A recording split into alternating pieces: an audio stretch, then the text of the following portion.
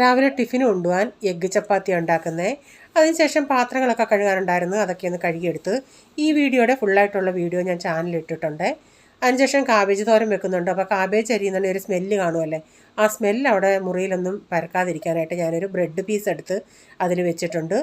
പിന്നെ ഞാൻ ഇരുമ്പമ്പുളി ഫ്രീസറിൽ വെച്ചിട്ടുണ്ടായിരുന്നു, അതെടുത്തൊന്ന് വെള്ളത്തിൽ ഇട്ടിട്ടുണ്ട് മീൻകറി വെക്കാനായിട്ട്.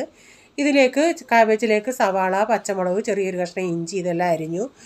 സവാളയും തേങ്ങയും ഇതെല്ലാം ഒന്ന് വഴറ്റിയതിന് ശേഷം അതിലേക്ക് കാബേജ് കൂടി ഇട്ട് കൊടുത്തിട്ടുണ്ട്.